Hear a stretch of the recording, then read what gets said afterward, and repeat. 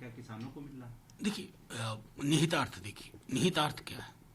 5 दशक की सबसे बड़ी बेरोजगारी है। विकास क्या होता है फिर जिसमें लोगों का चेहरा न मिले? किसको छोड़ा आपने? मध्यम वर्ग, निम्न आय वर्ग, निम्न वर्ग। पेट्रोल डीजल की कीमतों का किस तरह का स्पाइरल इफेक्ट होता है क्या हम नहीं जानते हैं?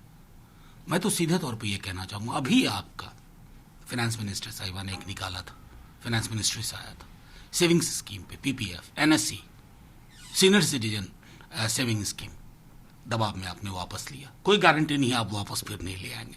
तो जनता जब सरकार चुनती है तो लंबी चौड़ी मस्जिद, मंदिर, गुरुद्वारे और चर्च बनाने के लिए नहीं चुनती है। जनता चुनती है अपनी थाली महफूज रखने के लिए, अपनी बढ़ोतरी के लिए। उसमें मैं समझता हूं कि असफल रहे, कंप्लीटली बैड फिट। मैं समझता हूं कि पुनः एक बार ये इस तरह की दुर्घटना की पुनरावृत्ति हुई है।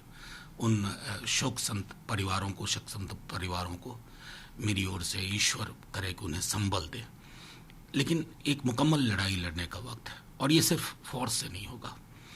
एक बहुत पहले से कई लोग ये मानते हैं कि 2 प्रॉन्ग अप्रोच हो।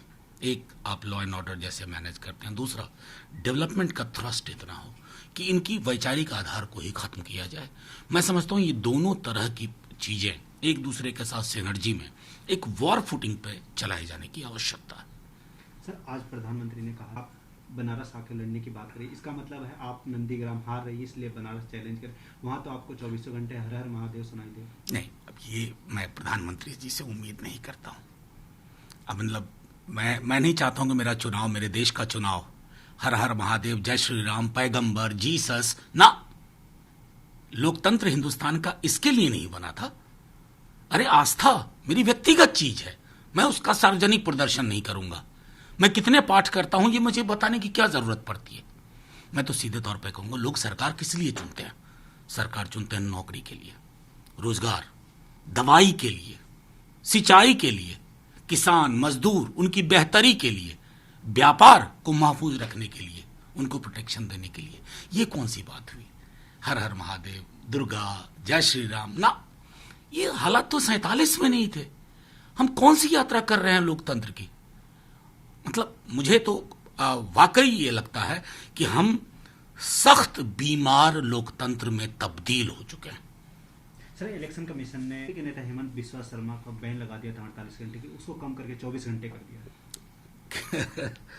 सोचता हूं वो कितने मासूम थे, क्या से क्या हो गए देखते देखते। ए राजा के लिए कुछ अलग निजाम, हेमंतो जी के लिए कुछ अलग निजाम, और कितनी 4 छोटे पदाधिकारी, एक ईवीएम, कहानी पूरी थी। अंधेरी रात, तेज बारिश, तूफान, एक गाड़ी आके कहती है, हे ईवीएम, मैं तुम्हें महफूज लेके चलूंगी कहीं।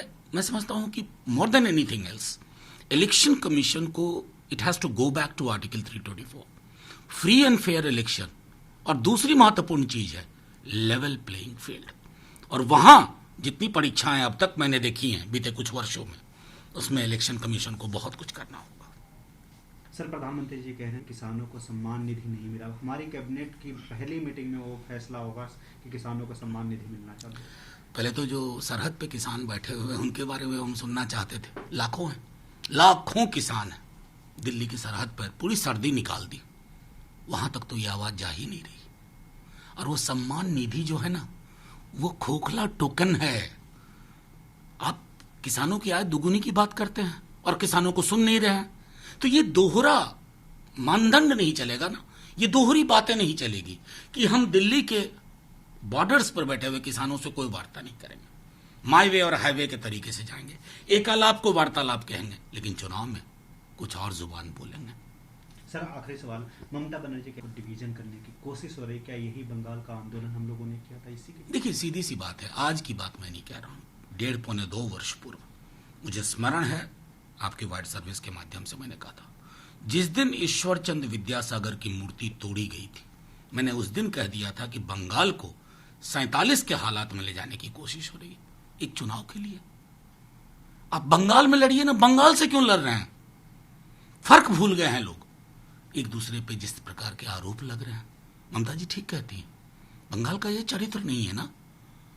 मेरा पड़ोसी राज्य है, बहुत जाना आना है, हम जानते हैं क्या बंगाल है, उसको वो बना रहने दीजिए। चुनाव जरूर लड़िए, लेकिन इस मिजाज के साथ नहीं कि आप बंगाल को ऐसा बदल के रख दें, ऐसा बदल के रख दें कि लोग कभी सोचें ये गुरुदेव का बंगाल है, जिसने कहा था where the mind is without fear and the head is held high.